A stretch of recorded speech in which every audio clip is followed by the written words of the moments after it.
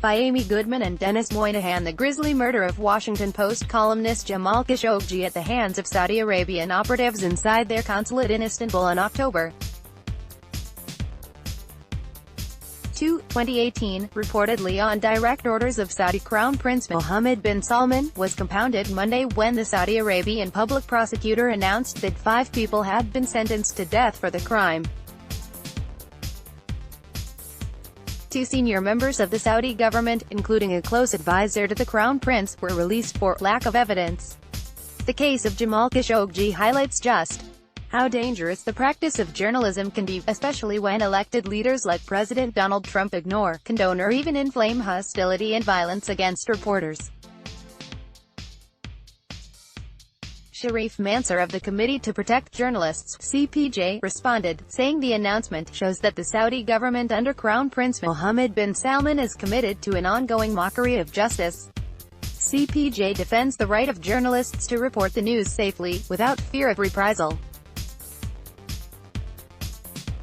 Their recent report on journalists killed in 2019 named 25 journalists, the lowest number since 2002.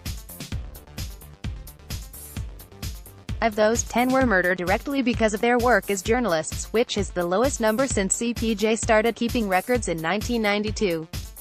5 of the 10 murdered were in Mexico, which is on par with Syria as the most dangerous place to work as a journalist. CPJ still has an additional 25 deaths of journalists under investigation, so the total will likely change. CPJ also tracks reporters imprisoned around the world, and counts at least 250 currently behind bars.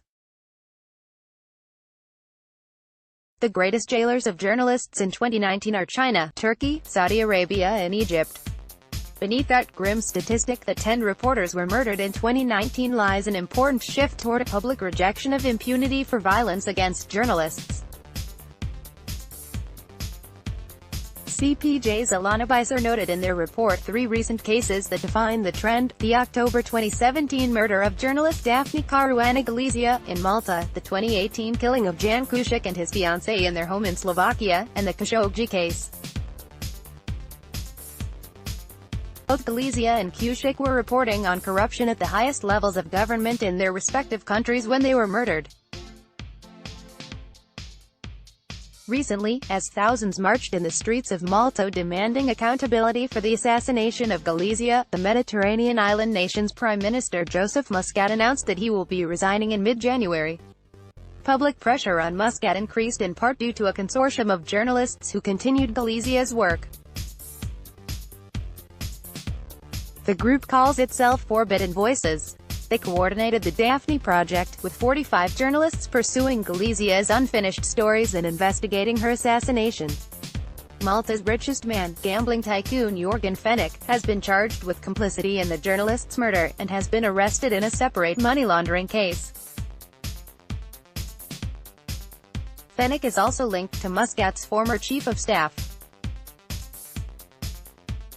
Similarly, in the wake of the murder of Jan Kuciak and his fiancée Martina Kuznerova, Slovak Prime Minister Robert Fico resigned, and a Slovak businessman who is accused of ordering the murder, Marian Kochner, is finally set to stand trial almost 2 years later. Justice for Jamal Khashoggi remains elusive. Agnes Callamard, the United Nations Special Rapporteur on Extrajudicial, Summary or Arbitrary Executions, tweeted after the announcement of the Saudi convictions, "Bottom line, the hitmen are guilty, sentenced to death. The masterminds not only walk free, they have barely been touched by the investigation and the trial. That is the antithesis of justice. It is a mockery." The Washington Post reported over a year ago that the CIA had concluded, on evidence that included intercepted phone calls, that Saudi Crown Prince Mohammed bin Salman ordered the killing. His close friendship with Donald Trump's son-in-law and senior advisor, Jared Kushner, has certainly contributed to the impunity he has so far enjoyed. One way to punish Saudi Arabia is through sanctions and denial of military aid, options that were open until just last week, when Congress passed, and sent to the White House for Trump's signature, the $738 billion 2020 National Defense Authorization Act. Sen. Bernie Sanders and California Democratic Congressman O'Connor issued a joint statement calling the NDA a bill of astonishing moral cowardice, in part for failing to deny aid to Saudi Arabia. The role of a free press is to inform the public and to hold those in power accountable. We all have a responsibility to ensure that journalists are free to do their work, without threats of injury, imprisonment or death. Let's block ads. Why?